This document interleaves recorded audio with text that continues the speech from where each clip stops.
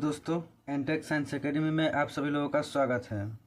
आज हम बात करेंगे बेसिक मैथ के बारे में, जो कि अंक गणित के संख्या पद्धति चैप्टर से लिया गया है। यहाँ पे हम लोगों का डिफिनीशन के साथ साथ हम लोग इसको समझेंगे। ये अंक गणित का पहला चैप्टर संख्या पद्धति है। इसके अंतर्गत हम लोग पढ़ेंगे प्राकृतिक संख्या, ठीक है। अन्य सभी चीज़ पढ़ेंगे। पहले देखेंगे प्राकृतिक संख्या। प्राकृतिक संख्या क्या होता है?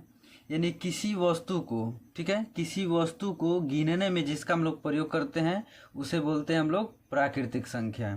तो प्राकृतिक संख्या क्या होता है? जैसे यहाँ पे लिखा है 1, 2, 3, 4, 5 ऐसे अनंत तक की संख्याओं को क्या कहेंगे? प्राकृतिक संख्या कहेंगे। यानी 1 से शुरू होगा तो उसको हम लोग बोलेंगे प्राकृतिक संख्या। यहाँ पे डिफिनीशन दिया हुआ है, उसको देख लीजिएगा। अगला है पूर्ण संख्या। देखिए पूर्ण संख्या क्या होता है? यानी गिनती की संख्या के साथ साथ जीरो भी जब सम्मिलित हो जाता है यानी शामिल हो जाता है तो वहाँ पे हम लोग क्या मिलता है? वो संख्या क्या प्राप्त होता है? पूर्णांक संख्या प्राप्त होता है। तो उसे हम लोग बोलते हैं पूर्ण संख्या, ठीक है। देखिए प्राकृतिक संख्या में जीरो नहीं था, ठीक है, लेकिन कुछ समय बाद प्राकृतिक संख्या के बाद पूर्ण संख्या प्राप्त हुआ। देखिए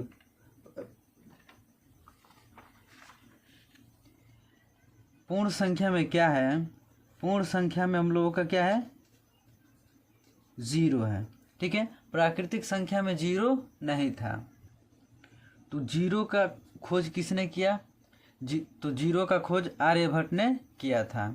देखिए जीरो को हल्के में नहीं लेना है। जीरो बहुत एक अपने आप में बड़ी संख्या है। जैसे देखिए किसी भी संख्या को जीरो क्या करता है कि उसका मान 10 गुना कर देता है, ठीक है। जैसे मान लीजिए यहाँ पे 1 हो गया। अब 1 के बाद हम जब जीरो लगा देंगे तो क्या हो जाएगा? 10 हो जाएगा। यानी 1 को क्या किया कि ये 10 गुना कर दिए। किसी भी संख्या को क्या करता है कि 10 गुना कर देता है। देखिए जीरो का पहले आविष्कार यानी खोज नहीं हुआ था, ठीक है। जैसे मान लीजिए एक यहाँ पे टोकरी है, ठीक है। एक टोकरी है, टोकरी में क्या है? यहाँ पे 4 मान लीजिए क्या है? लड्डू है, ठीक है। तो 4 में से हम यदि मान लीजिए 4 में से 2 माइनस कर देंगे तो कितना हो जाएगा? 2 हो जाएगा, ठीक है। अब इसमें से 4 में से 3 माइनस करेंगे तो क्या हो जाएगा? 1 हो जाएगा। उसी प्रकार 4 में से 4 माइनस कर देंगे तो क्या हो जाएगा? 0 हो जाएगा। तो इस समय हम लोगों को मालूम है, ठीक है, कि जीरो ऐसे मतलब खाली स्थान को कैसे दर्शाएंगे, ठीक है, खाली स्थान को कैसे दर्शाएंगे। लेकिन कुछ समय पहले ये नहीं पता था। तो 4 में से 4 हम लोग घटा, यानी 4 लड्डू है, चारों को जब वहाँ से हटा देंगे तो हम लोगों को वहाँ पे क्या मिलेगा? कुछ नहीं मिलेगा। तो उस कुछ नहीं को किससे दर्शाएंगे? जीरो से दर्शाएंगे। तो इसका खोज किसने किया था? आर्यभट्ट ने किया था, ठीक है। अगला है पूर्णांक, ठीक है। पूर्णांक क्या होता है? यानी प्राकृतिक संख्या के साथ साथ, ठीक है, प्राकृतिक संख्या के साथ साथ ऋणात्मक संख्या और जीरो भी शामिल होता है तो उसको हम लोग बोलते हैं पूर्णांक बोलते हैं, ठीक है। जैसे यहाँ पे लिखा हुआ है, परिभाषा लिखा हुआ है, इसको पढ़ लीजिएगा। तो पूर्णांक 2 प्रकार का होता है। पूर्णांक कितने प्रकार का होता है? 2 प्रकार का। तो जैसे एक होता है पॉजिटिव होता है यानी धनात्मक होता है। दूसरा क्या होता है? ऋणात्मक होता है यानी नेगेटिव होता है। तो जो प्लस चार्ज लेता है उसको हम लोग बोलते हैं धनात्मक पूर्णांक।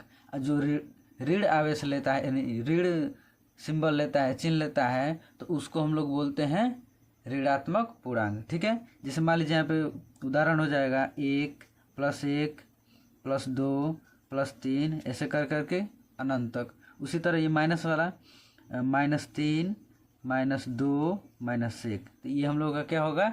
ऋणात्मक पूर्णांक होगा। आगे देखते हैं। ये परिभाषा आप लोग लिख लीजिएगा या स्क्रीनशॉट कर लीजिए। आगे हम लोगों का सम संख्या। देखिए सम संख्या आप सभी लोग जानते हैं कि क्या होता है। सम संख्या उसे बोलते हैं कि जो 2 से पूरा विभाजित हो जाए या कट जाए। यानी किसी भी संख्या में 2 से भाग देने पर वो पूरा कट जाए, उसका शेषफल 0 हो, तो उसको बोलते हैं हम लोग सम संख्या कहते हैं। जैसे मान लीजिए यहाँ पे हम ले रहे हैं 4, 4 में हम 2 से भाग देंगे तो क्या हो जाएगा, 2 दूनी के 4, तो इसका शेषफल क्या आया, 0 आया। तो जब इसका शेषफल 0 आ जाएगा तो इसको हम लोग बोलेंगे सम संख्या बोलेंगे। देखिए अब जी जैसे मान लीजिए यहाँ पे लिख दीजिए 2 4 8 9 6 1 3 0। देखिए यदि किसी भी संख्या का इकाई का स्थान यानी यूनिट प्लेस उसका 0 होगा या सम संख्या होगा तो ये पूरा क्या हो जाएगा, हम लोगों का सम संख्या हो जाएगा। तो 0 भी रहेगा तो ये क्या रहेगा, हम लोगों का सम संख्या कहलाएगा। यदि उसके इकाई का अंक सम संख्या है तो वो पूरा क्या हो जाएगा, सम संख्या हो जाएगा। अगला है हम लोगों का विषम संख्या। विषम संख्या इसी का क्या है, उल्टा है। वे संख्या जो 2 से भाग देने पर पूरा पूरा न कटे उसे बोलेंगे हम लोग विषम संख्या कहेंगे। जैसे मान लीजिए हम यहाँ पे ले रहे हैं 9 ले रहे हैं, तो 9 में हम 2 से भाग देंगे तो क्या हो जाएगा, 2 चौके 8, अब ये हो जाएगा 1। अब देखिए 2 का 1 में भाग नहीं जाएगा, यानी इसका शेषफल क्या बच गया, 1 बच गया। तो वह संख्या जिसमें 2 से भाग देने पर पूरा पूरा न कटे उसका कुछ ना कुछ शेषफल बच जाए तो उसे हम लोग बोलेंगे विषम संख्या कहेंगे। तो विषम संख्या का भी पहचानने के लिए जैसे मान लीजिए कोई बड़ी संख्या रहेगी तो उसको कैसे पहचानेंगे, उसका क्या करेंगे हम लोग, इकाई का अंक देखेंगे। ठीक है, इकाई का अंक देखेंगे कि यह सम है कि विषम है। यदि सम रहेगा तो क्या हो जाएगा, पूरा सम संख्या हो जाएगी, विषम रहेगा तो पूरा विषम संख्या हो जाएगा।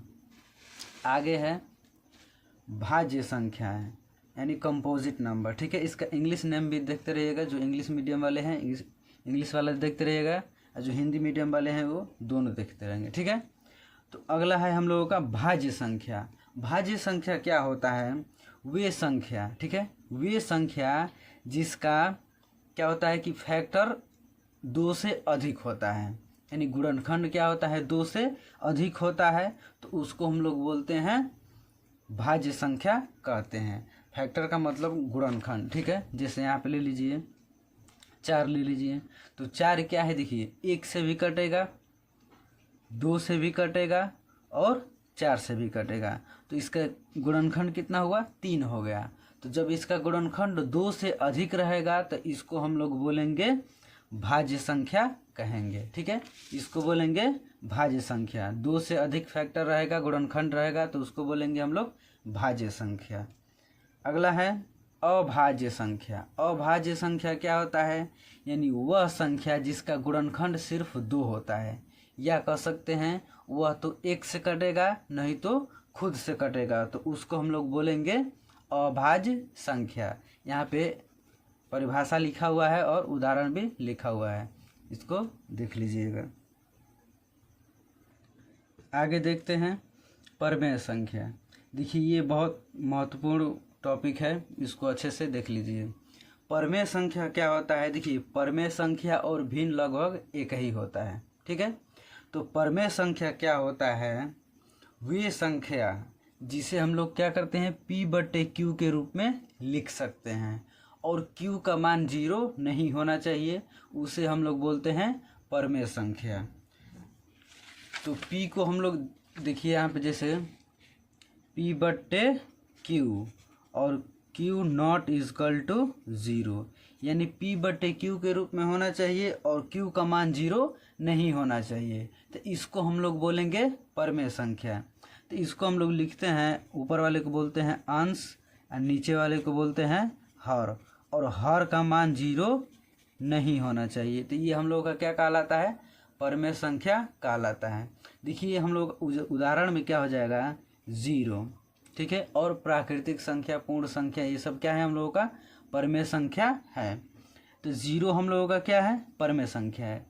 परमेय संख्या है तो कैसे है, देखिए हम लोग जानते हैं कि किसी भी संख्या में किसी भी संख्या से, देखिए से और में बहुत अंतर है, यानी किसी भी संख्या से, यानी से मतलब क्या हो जाएगा नीचे, यानी किसी भी संख्या से जीरो में भाग देंगे, ठीक है, इससे है 2 से जीरो में भाग देने पर क्या हो जाएगा, ज़ीरो हो जाएगा। यानी किसी भी संख्या से भाग देंगे तो हम लोगों का क्या प्राप्त होगा, ज़ीरो प्राप्त होगा। तो जीरो को ही हम लोग P/Q के रूप में लिख रहे हैं ना, जीरो को ही हम लोग क्या कर रहे हैं, P/Q के रूप में लिख रहे हैं। तो ये हम लोगों का जीरो क्या है, परमेय संख्या है। और क्या हो जाएगा, 1/4, 1/8 ऐसे, यानी 4/6, ये क्या है हम लोगों का परमेय संख्या है। और ये हो सकता है अंडर में 4/9, ये भी क्या है, परमेय संख्या है। ठीक है, इसको पहचानने के लिए क्वेश्चन बताया जाएगा। जैसे मान लीजिए अंडर रूट में है, यदि हम यहाँ पे लिख दें अंडर√3, तो ये हम लोग का परमेय संख्या नहीं है।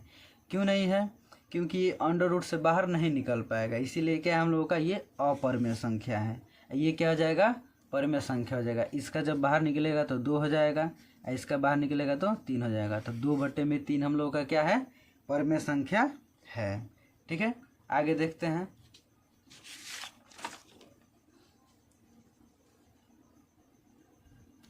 अपरमेय संख्या, ठीक है, अपरमेय संख्या क्या होता है, इसी का जस्ट उल्टा होता है।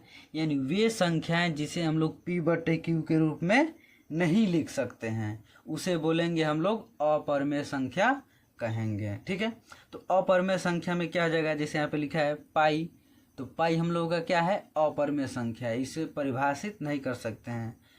अंडर√3, देखिए अंडर√3 क्या है, हम लोगों का अपरमेय संख्या है। क्यों है, क्योंकि इसको हम लोग क्या कर सकते हैं कि अंडर रूट से बाहर नहीं निकाल सकते हैं।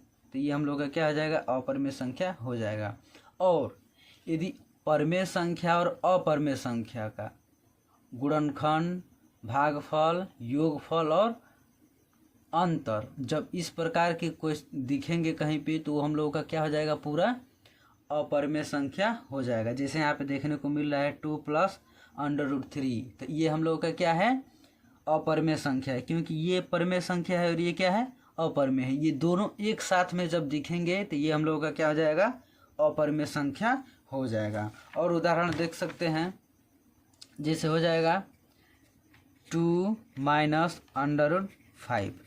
एक देखिए, एक ये क्या है, परमेय संख्या है और ये क्या है, अपरमेय संख्या है। तो ये पूरा क्या कहलाएगा, अपरमेय संख्या कहलाएगा।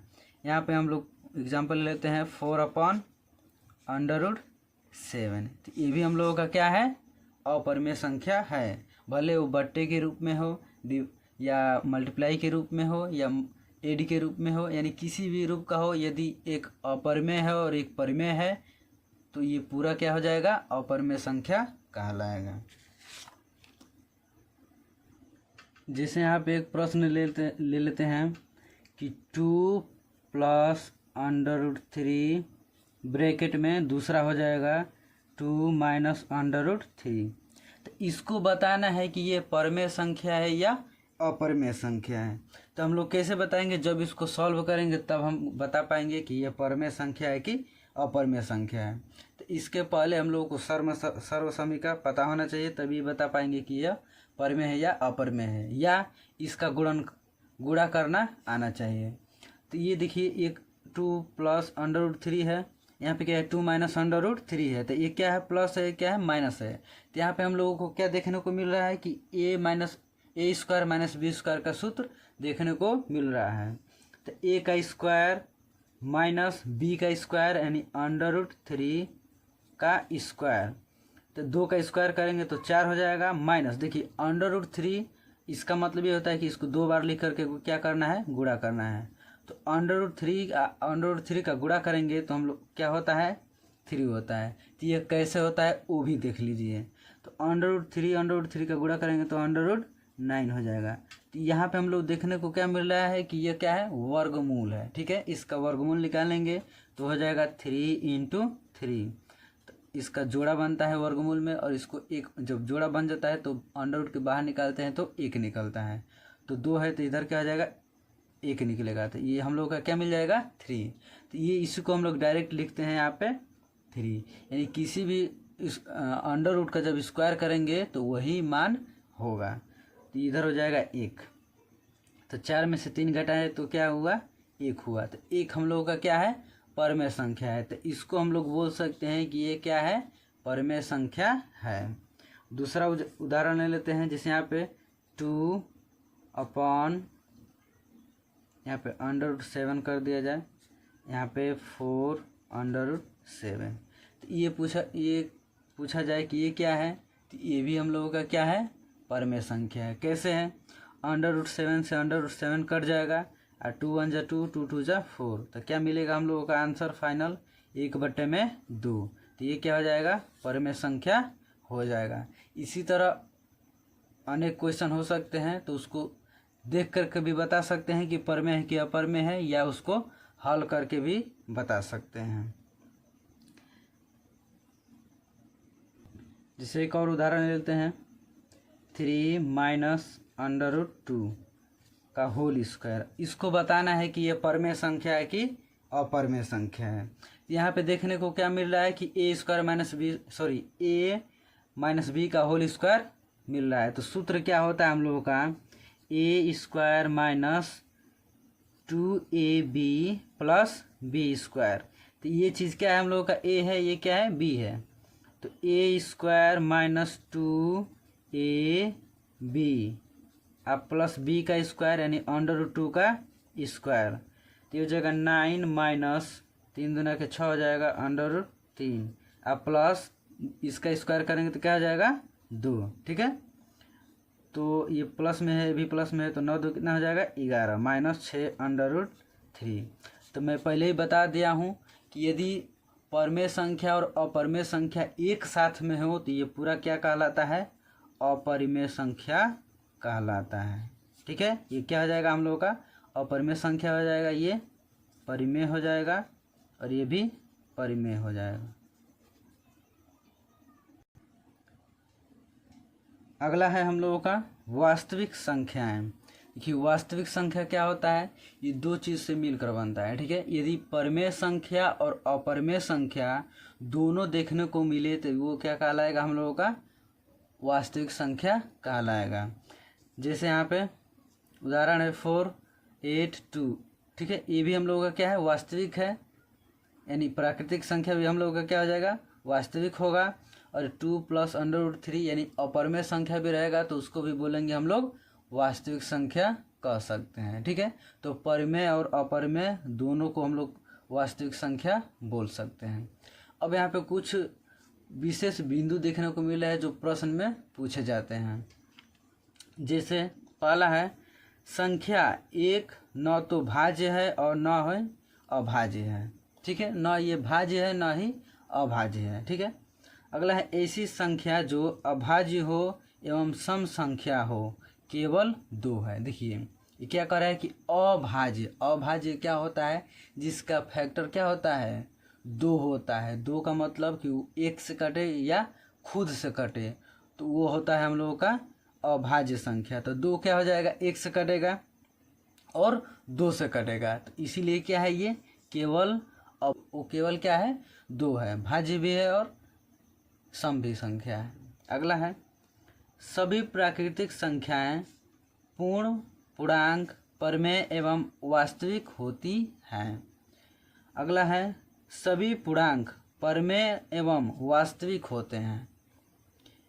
भिन्न संख्याएं परमेय होती है। मैं पहले ही बता चुका हूँ कि परमेय संख्या और भिन्न दोनों क्या होते हैं, एक ही होते हैं। भिन्न को ही हम लोग बट्टे के रूप में लिखते हैं और परमेय को भी हम लोग बट्टे के रूप में लिखते हैं। इसमें कुछ विशेष नहीं, लेकिन बहुत छोटा है, लेकिन बहुत महत्वपूर्ण है, इसको हम लोग देख लेते हैं। जिसे हम लोग शुरू 6 क्लास से ही पढ़ते आते हैं, या शुरू से ही पढ़ने को देखने को मिलता है। जो बच्चे पढ़ लिए हैं वो तो उनके लिए बहुत आसान है, जो नहीं पढ़े हैं उनके लिए बहुत महत्वपूर्ण वीडियो है। जैसे मान लीजिए सूत्र बता रहे हैं, सूत्र क्या होता है, बेसिक है ये। ठीक है, जिसे मान लीजिए प्लस को हम लोग प्लस के साथ मल्टीप्लाई करते हैं तो क्या होता है, प्लस होता है। माइनस को जब माइनस में मल्टीप्लाई करते हैं तो क्या होता है, प्लस होता है। और प्लस और माइनस में जब गुणा करते हैं तो माइनस होता है। फिर माइनस का प्लस में जब गुणा करते हैं तो क्या होता है, माइनस होता है। तो ये देखिए, ये चीज़ जो दिखने को मिल रहा है ये गुणा और भाग में किया जाता है, ठीक है। ये चीज़ क्या होता है, गुणा और भाग में होता है, देखिए। और दूसरा क्या होता है, जैसे मान लीजिए हम जोड़ और घटाने में जब इसका प्रयोग करते हैं, जैसे मान लीजिए यहाँ पे क्या हो जाए 4 2 प्लस 6, इसको जोड़ेंगे तो कितना हो जाएगा 8 हो जाएगा। क्या हो जाएगा 8 हो जाएगा। उसी प्रकार 6 में 2 माइनस करेंगे तो कितना हो जाएगा 4 हो जाएगा, ठीक है। अब इसी को हम उल्टा कर दें कि -2 प्लस 6, फिर तब भी क्या होगा 6 होगा। देखिए जब प्लस और माइनस दोनों देखने को मिले तो क्या करना है हम लोगों को, माइनस करना है, ठीक है। माइनस और प्लस दोनों दिखे तो क्या करना है, माइनस करना है। लेकिन यहाँ पे यहाँ पे क्या रहेगा 4 रहेगा ना।